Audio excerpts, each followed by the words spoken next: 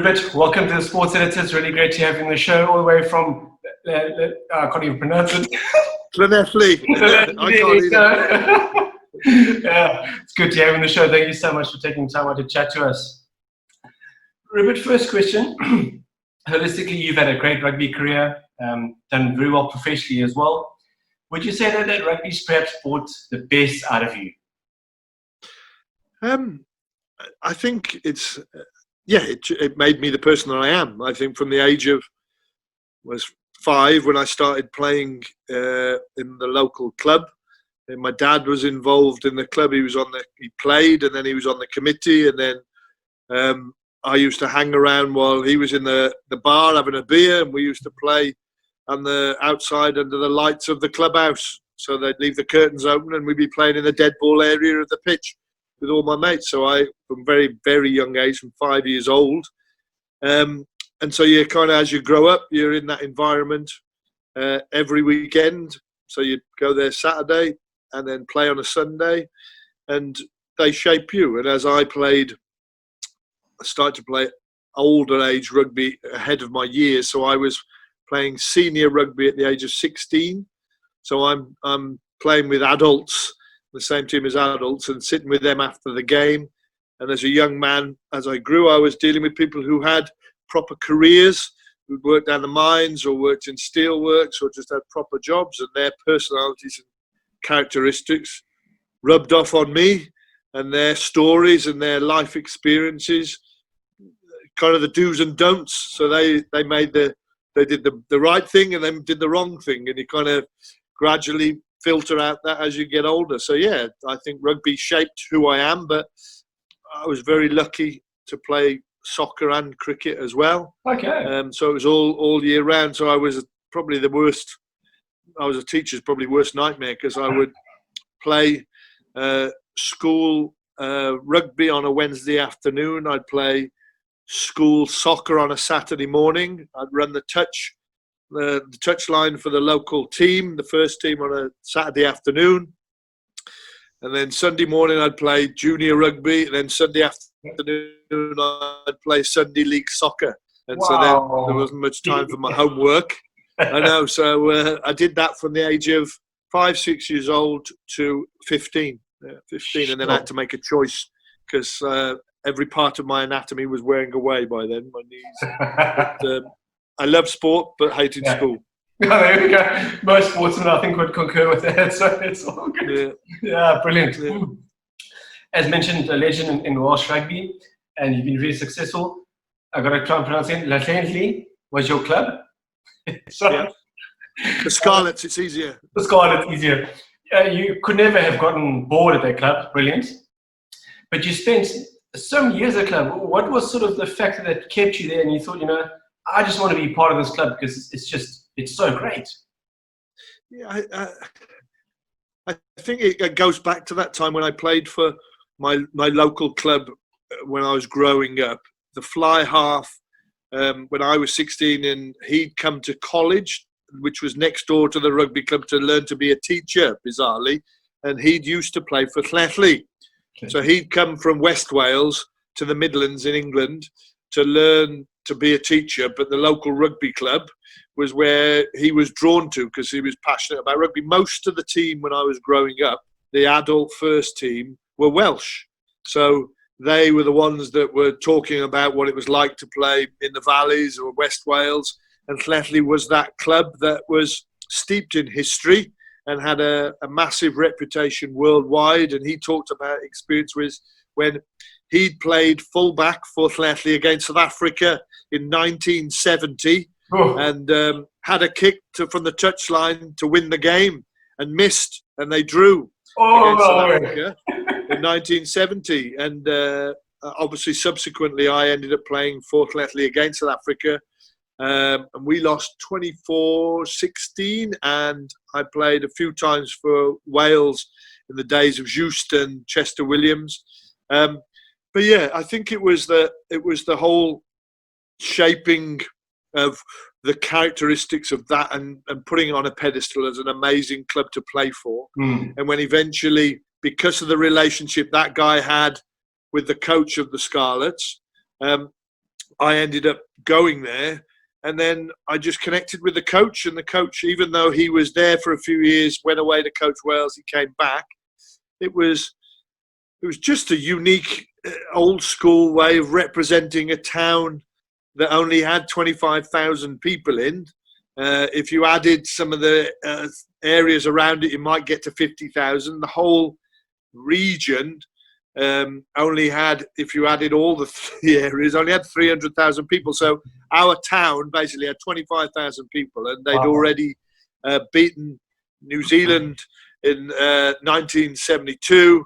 They'd drawn against South Africa in 1970. You know, in the history, they'd beaten Australia. They played touring side, and they were a town of basically 25,000 people, which is ridiculous when you think about it. Yes. That they should be able to do such, but it's because the impossible became possible. Yes. You're kind of drawn, and it was hypnotic, and then the crowd are contagious, so they give you this spirit where you never will give up. It you run faster, you play harder, you're stronger because of the people that come and support you every week, because they don't have much, but they give what they can to support you when you pull on that jersey. So yeah, that's why 12 years I was very proud, and I'm still, I'm a life member of the club, and I'm still I support and still obviously keep in contact with many people to this day. Excellent. So good to hear. Talking about international games, weren't you part of the team that actually beat Australia with Scarlets? Yeah, look, in my second season, I became captain of the team, and the team was full of Welsh internationals and British Lions. But as I said, I connected with the coach. He's like my adopted father now. I see him every couple of weeks. We still chew the fat. But he had a game plan, and I seemed to be able to stick with it. And after the first season, there was an opportunity. The captain before that was Phil Davis, a legend of Welsh rugby, who'd gone on to coach Namibia. Kind of handed over the reins to me, and I was kind of. It was an easy team to take hold of because there was a lot of experienced players. It felt awkward because I was trying to tell people who played 400 or 500 games for the club, what I wanted from them. But it was about being cool under pressure, sticking to the game plan. And that game against Australia, who were the current world champions, because in '91 they'd won the World Cup, and then they came to Wales on that tour. And look, it was a famous day, and I've only watched it a month ago all the way through again, and this is a long time later. And I was sitting with my son, and I didn't realise we were losing with less than 5 minutes to go, and we got 2 drop goals to win. And that's a hell of a thing when I think about the composure we all showed to get into the positions that we did, to be tactical in the way that we were, to make sure we took the opportunities. And it's I smile, but I just didn't realise it was so close to the end of the game, and the stadium was full and everybody screaming, and it was just an incredible day. Yeah, full of exciting times there. It sounds like a typical day in your career. You made your debut for Wales in what was called then the Five Nations Championship. From then till now, there's been a gradual progression of the Welsh side. They're doing exceptionally well. Are you happy with where they are, and are they set to get even better? I think when I retired from playing, I came back as a 32-year-old to play for Graham Henry. So the great New Zealand coach was coaching Wales at the time, and he brought me back to add some experience and composure to a young team that included the likes of Shane Williams, one of the world's greatest players, and Stephen Jones, who was 18 years old at playing at number 10. To play for him, he was one of the guys that realised the potential of what Wales could be, because the benefit of, in some ways, of being a small nation is that you can make changes quicker. Yeah. And so the mentality was that he was able to have an impact and give us confidence, and we in that era of developing young talent, but also the type of play. When he handed, and I finished he handed the reins over to Steve Hansen, the most successful All Black coach ever, to take on the role. I worked for Steve Hansen, and his approach was about the holistic approach, having balanced individuals who, if you're an individual has a good home life and a good life outside the game, you'll bring positivity and energy and more concentration to your rugby. And we worked hard, and he worked hard at changing the mindset of the individual. We've always been a talented, gifted nation based on skill. We'd have talented individuals, and the 70s demonstrated if a dozen come together in one generation, they can do some amazing things, which they did with Gareth Edwards and Phil Bennett and JJ Williams. But that is something, when professionalism came, wasn't guaranteed that would happen. So it was about believing that you could change and be better with the right attitude. And so Steve Hansen changed the attitude. He believed in performance, not victory at all costs. So he was changing everybody to believe that if you worked on the detail, then all the pieces of the jigsaw coming together will make a successful picture, and eventually the results will flow. That foundation put in place of giving people experience. So you only get experience by getting experience. That sounds stupid, but with any walk of life, you've got to have done it a few times to be able to get the miles on the clock, to know what to do and what not to do. So Steve Hansen invested in people by giving them minutes on the field, and made it very difficult by playing against the best teams in the world. So we played South Africa more often, we played New Zealand more often, Australia more often. Instead of shying away from the big teams, we would take them, and it would be difficult results, but more miles on the clock. And gradually confidence grew, because then you realise that they're only human beings, and if you work on the little bits, you will improve. Absolutely. Warren Gatland then, when Warren Gatland arrived, he basically realised, well, to get respect globally, you've got to win, regardless. So the player base was better because they had a more consistent skill level. But what was key was they had more in the brain, so they could play the game that he wanted to play, and was able to stick to the plan. So initially it was they'd kick a lot. So we kicked a lot, and we won because we had mercurial talent that would, when turnover would happen, we'd score. So they rigidly stuck to that. Then there was a defensive mentality. So they had Sean Edwards, you remember the rugby league coach? Yeah. So it was tackle, tackle, tackle, so no one could get through, and there was a lot of penalties, so they kicked their goals. And then eventually, over the latter years, they would just be able to play a combination of the two. And so it's Warren Gatland's era was the most successful period in the history of Welsh rugby.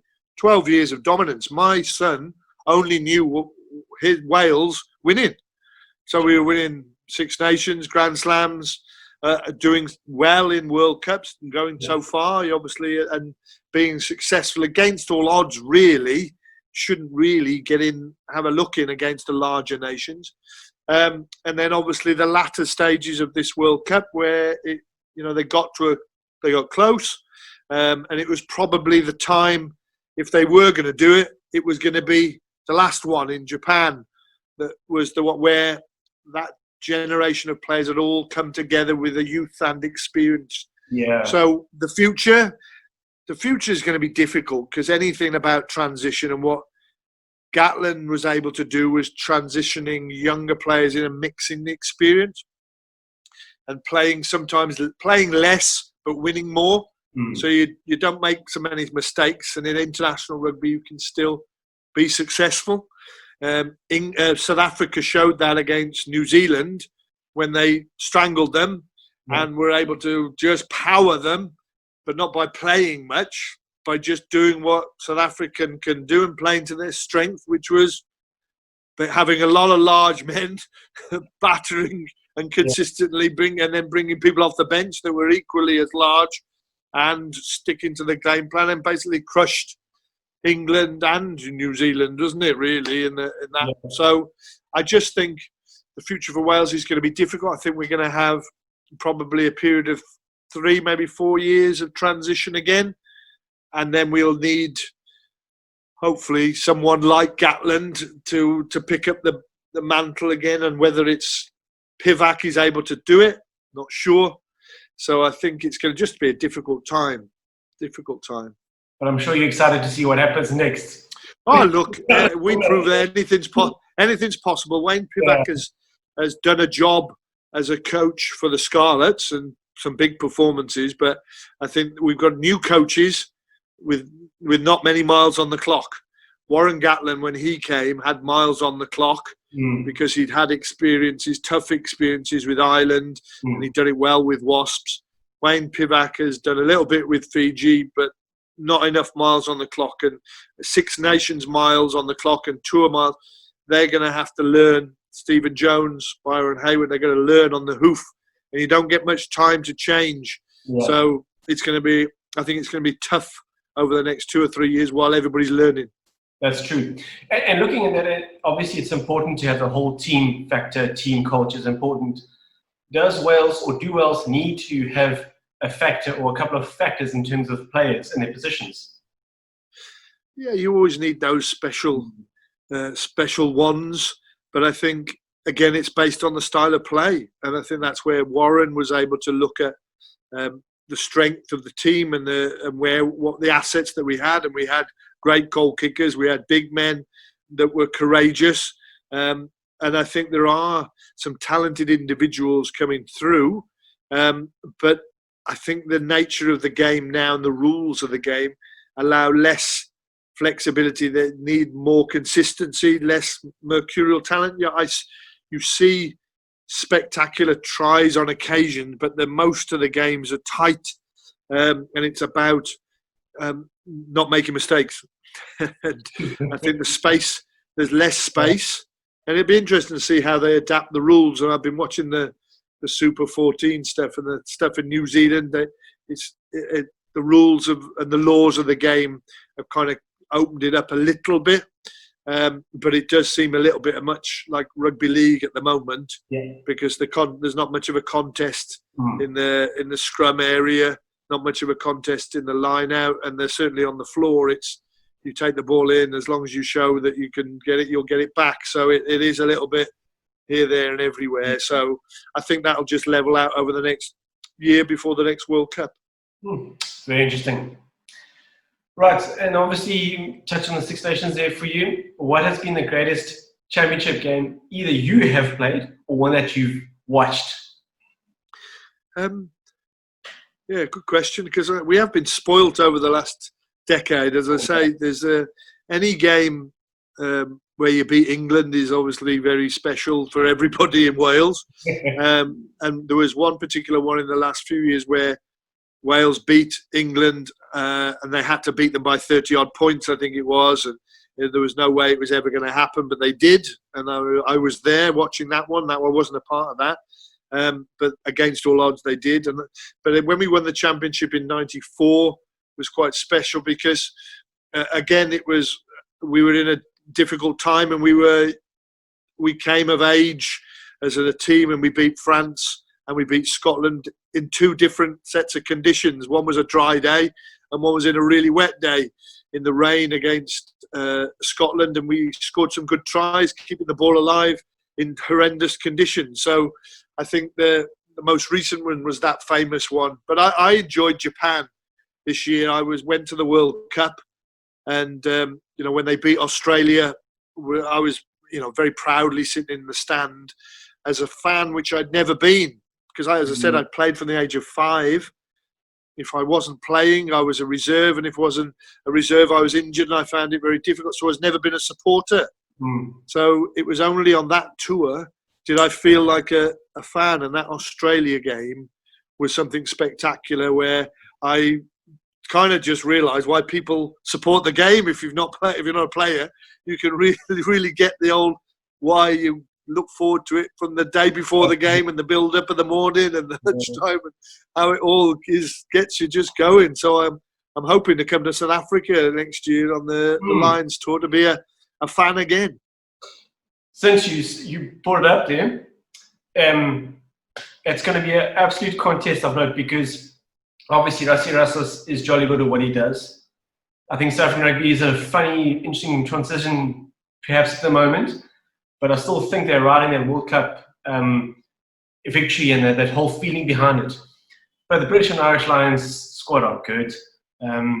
Who's going to do well there? And it's such a tough one to pick, I think, but I know the British and Irish Lions will be in a good position. Yeah, I think they've got it sussed, and I think Gatland now has got it sussed in respect how to bring the players together. I think they had that really incredible series in New Zealand, and there was you make your own luck, and it was fortuitous in a way that the decision was changed to draw the series.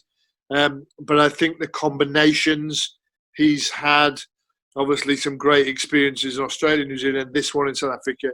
And Warren Gatland is, I would no doubt, the best coach in the world, with what he's dealt with and the player base that he's had and the coaching technique and the success he's had on for the Lions. So I think he'll just get it right. I think what South Africa showed in the World Cup is obviously their strengths, but I don't think they have the ability to do it any other way.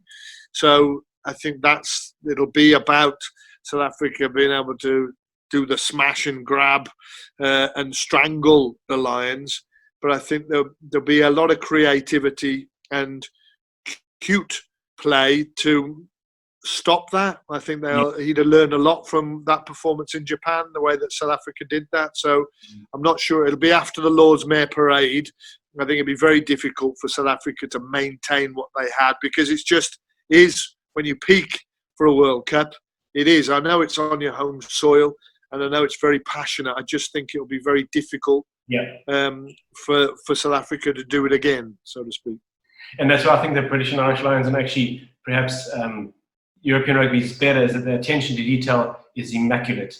They don't leave anything out. Whereas, like you said, we have the tendency to just barge our way through it. Yes, there's a bit of skill, but if you don't always use and focus on the attention to detail, that's when you can, like you mentioned, get caught unaware. So. I think it's creative tactics, and I'm not being disrespectful to what South Africa do, because they do what they do because they do it well. Why they have deviated in the past, and it doesn't suit the type of individuals that are developed and created in South Africa, and that varies from nation to nation, and we look at everybody, and that's what's the beauty of it. And I think what South Africa did in the World Cup is realised, well, let's do it our way, because we know our way and we can do it, and let's not try and be somebody else. Let's just be us, because we can do it. And they were. And I watched the documentary on it, and I was, it is. You're not trying to entertain. You're trying to win. Yeah. And it doesn't matter. No one will remember how they won that. They'll just know that they won it. Everybody forgets they lost to Japan in the one before, and they forget about that game in Brighton where they got turned over, and it's kind of it's gone in the past, and it haunts the people that know. But I just think South Africa played to their strengths, and why not? Who blame them? Yeah, that's true. Since we're talking about South Africa and the Pro 14, we obviously have a couple of sides in there at the moment, but it's sort of like, well, Super Rugby doesn't really want South Africa anymore, and the Pro 14 belongs to the Celtic players. What happens? Where do you? I think that's the answer. I think that South Africa, I think the provincial game comes to the Northern Hemisphere. I think because it's on the same time difference, and I know it's a bit of a travel, but in this day and age, that doesn't make any difference. I think that's the way forward. I think they've got to include and the Super 14. That they've got to include Argentina. They've got to include Japan. That's got to work down in the Southern Hemisphere, and I think we welcome South Africa with open arms. I think it'll be great, and I think I know we only see not the best teams in Super 14 at the moment, but I think that expansion, and I think it may be that it will add value, and it may come that there'll be an Anglo-Welsh South African thing going on at some point. in the near future. And I think that's then a saleable asset. There's been some investment in both English rugby by an investment fund and in Welsh rugby. I think the French don't need anybody. They're quite happy to do it their own way. But I think it would be good for all three nations. And then you add in the Scottish and Irish, and I think it'll really, be an impressive global season. I think that's what we always talk about, is that's coming around the corner. For a man who signed for Kerry Packer, I signed for Kerry Packer, the media mogul, in 1995. So I was one of the hundreds around the world that they were going to create a global league, and we all signed up. And I signed up representing Wales. It was literally going to be a global league. And unfortunately, the rumour goes that the South Africans, because of the success in '95, wanted to have a little bit more of a slice of the cake, and eventually it fell at the last hurdle. That we never got the truth, but it fell by the wayside because they couldn't negotiate on the deal. And that global league otherwise would be a bit like Rugby League. The Super League would have been controlled by the media, and we would be performing on a stage, even a slightly different stage, owned by Kerry Packer. We were all happy to do it.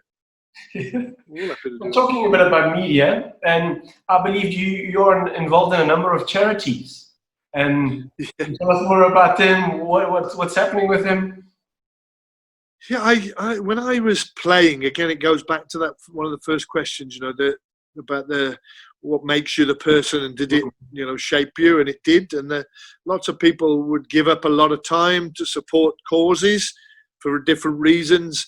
And we were encouraged as a club to support and use the profile that you had to help others that weren't so fortunate. And I got involved with a number of different causes in those early 90s. And I'm involved with a cancer charity in particular called 10 of Us, who I got involved with in 94. And they just help people who fall on difficult times, either because some family members got it or they've got it themselves. And we do lots of different things to just raise profile for events, and you get involved with those. And there's a lot of competition for worthy causes. It's the wrong word to say competition, but there's a lot of people who are ill and struggling and suffering, whether it's from mental health or just some disease, and I talk about, Doddy Weir, the famous Scottish second row, who was suffering like Jules van der Westhuizen did. I helped him, unfortunately, on his final journey when we were trying to raise profile for helping him get a cure for MND. And I remember doing a dinner for him in London, and he couldn't speak, and he'd lost all his weight, and his brother was basically speaking on his behalf. And it is, by the grace of God we go, and you try and give something back to help others less fortunate. So yeah, I'm proud to be involved with a number of different causes and help where I can and do whatever I can. I'm not the most famous, but a memorable name in some ways, maybe not for my ability, but just for my nose. Bad angle, this camera as well, the zoom. I'll think about it. So the one thing that really stood out for me was your efforts when the 2005 tsunami hit. You got involved in helping people recover, didn't you? Yeah, I just finished working for Steve Hansen, and I was asked to get involved in creating a commercial team. Okay. Very much like helping create a rugby team, we created a commercial team. So good people, young people to get experience. And that 2005 tsunami was a horrendous thing that we sat and watched on that Boxing Day. And my chief executive phoned me up that night and said, look, we need to do something. How can we do it? And we batted around the ideas. He was involved in Live Aid before. And so we basically said, and I got a friend of mine, we sat there and said, who do we know in music? Phoned all our friends, and within basically 3 weeks, we were putting on a pop concert that raised 1.29 million. I sold the global TV rights to the event. Wow. because I'd worked in TV. I'd done a few interviews and had a TV program. But you get experience, you learn, And yeah, it was a very humbling experience. 60,000 people came and supported the event. And again, we should never have been able to do it, but we did.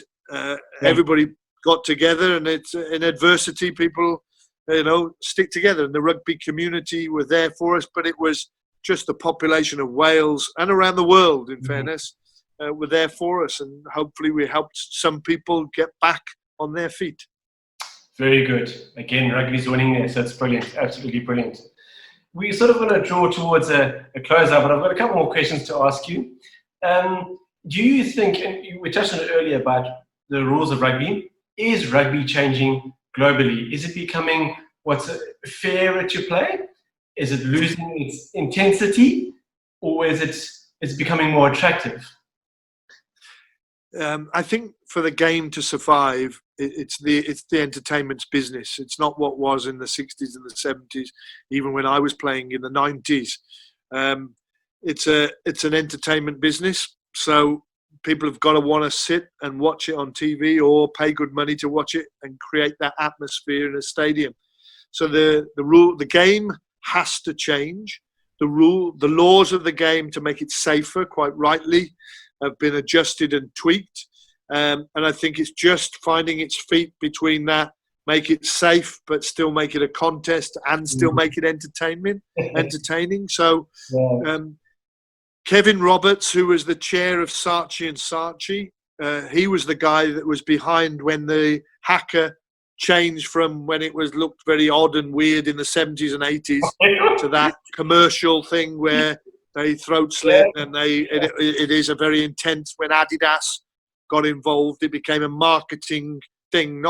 It's not about Maori challenge, laying down the gauntlet. This is about a performance before the start of a game. And Saatchi and Saatchi were behind that. America, we need America to take the game of rugby to the next level, as we do Russia and as we do potentially in China, ideally, because that's volume.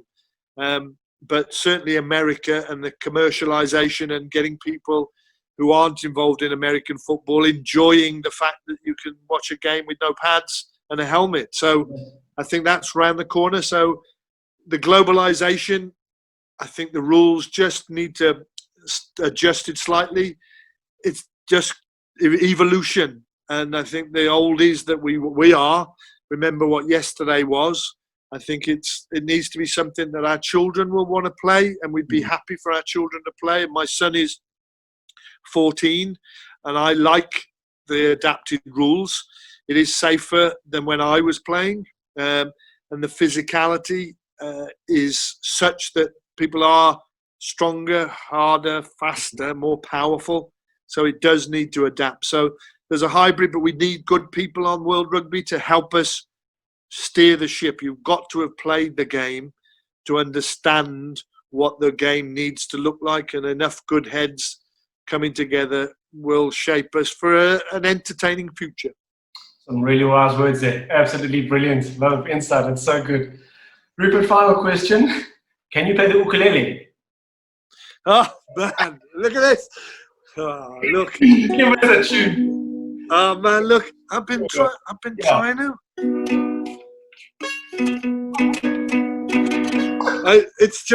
I can juggle. Hold on, I got my balls here. And look at this. I can do that. I can juggle. Yeah, man, I can. But ukulele, it's a lifetime of bloke. I think it's going to take too long, but I'm going to keep trying, but not in public. Oh, that's great, Rupert. That's great. Oh, man, it's been really good to chat to you, Rupert. I really enjoy your whole take on rugby and where it's going and what's been happening. And it looks like Wales is, I'd say, in good hands, although one or two challenges ahead. But I'm sure you guys will work it out, and love watching you guys play the Six Nations, and especially you guys at the World Cup. It's brilliant. I just love the vibe and the passion that you guys bring towards rugby. It's so good. It's a great future for the global game. It's a tough time with COVID, but I think there'll be a pivot and a change and a direction. But I think sport makes us smile, doesn't it? And I think it brings people together. whether they're watching it on TV or in a stadium. And I think it's so essential that rugby continues, and we just keep giving our opinions like we are. And it's I look forward to listening to more of your podcasts. Thank you so much. I'll do my best.